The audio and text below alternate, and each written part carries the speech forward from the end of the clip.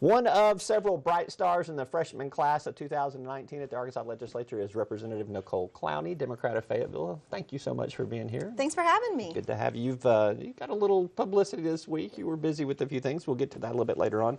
I want to begin with tax cuts. This has obviously kind of been the thing that's clogged up most of the drain pipes at the state capitol to get anything else going. The governor's rolled out his $97 million tax cut, which was revised this past week. Do you think you'll be a yes vote or a no vote for the governor's tax plan? You know, I'll tell you, if there's one thing I've learned after being at the Capitol for these few weeks, it is that resources are limited there. And I have real concerns that cutting taxes, particularly for the highest earning Arkansans, is going to cut services and result in losses that we just can't afford right now. Yeah. So I'm thinking that sounds like you're a no vote at this point in time. Is there anything they could do to persuade you that it would be okay, that there will be enough resources there? You know, I've got to look more closely at what they're coming up with. I know things are kind of constantly in flux. But right now, I'm just so concerned about so many of our Arkansans that need our government's help, and I don't think they'll get it if we've got less money. Where do you see some of the biggest depletion of resources right now? I mean, you've been there enough to kind of get at least a sense of, you know, oh my gosh, I didn't realize this situation was as dire as it may be. Yeah. You know, I know that that our state is doing so well on so many metrics. But one of the things that I think we really need to devote a lot more resources to is education.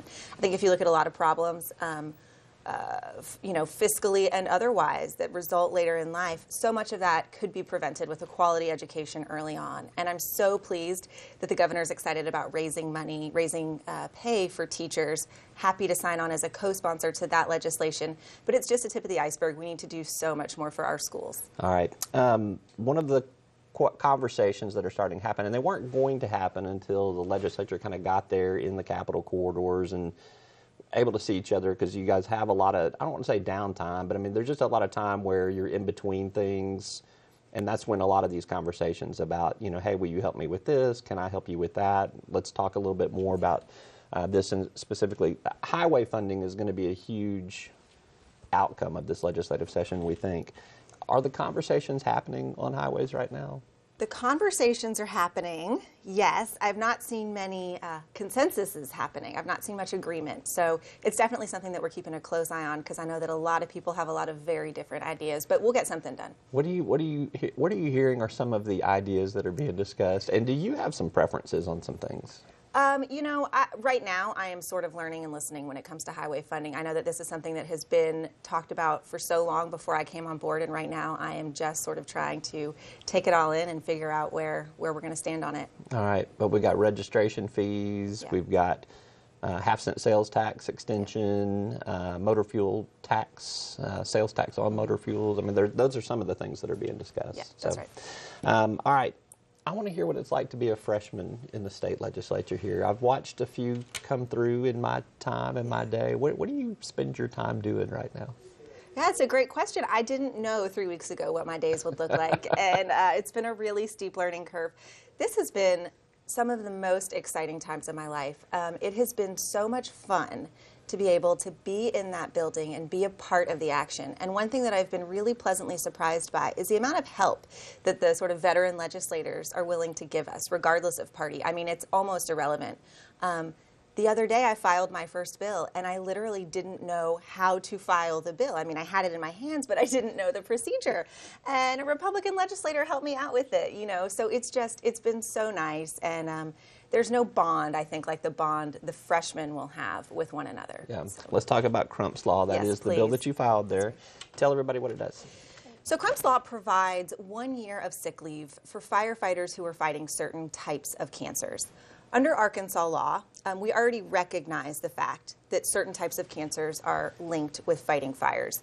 We provide benefits in our state for firefighters who die from one of those cancers, but not for firefighters who are disabled from those cancers. That's what this bill aims to alleviate. Do you think you have bipartisan support on it? Absolutely. I cannot tell you the number of people who came up to me so excited about it after we announced it on Wednesday. Former firefighters or you know, there's just everybody in that room, I feel, has some personal experience with this. And the reason why I chose this as my first piece of legislation is because I know that it's not something that anybody wants. Nobody wants firefighters returning to fight fires while they're also fighting stage 4 cancer. There's not a person in that legislature that wants that. And so at this point, it's just coming up with a solution for how we avoid it.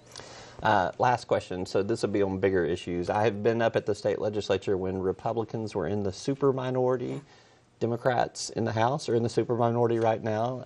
How difficult do you think it will be to get things done? And when you take a position, will you do some things legislative-wise, vote-wise, that you know you're not going to win on just to make a statement? Or do you think that you need to try to find some sort of consensus on a majority of the things that come up? It's a great question, and it's something that I spent a lot of time thinking about. You know, we are going to put forward legislation that we know will be best for the state of Arkansas, and we will do everything we can to make sure that legislation passes. And there are other ways to measure success.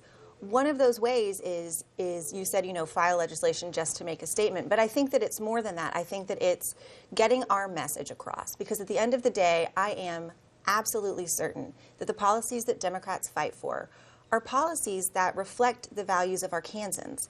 And we're starting to see that in the poll. I mean, think about issue 5 on the ballot. Think about the minimum wage increase.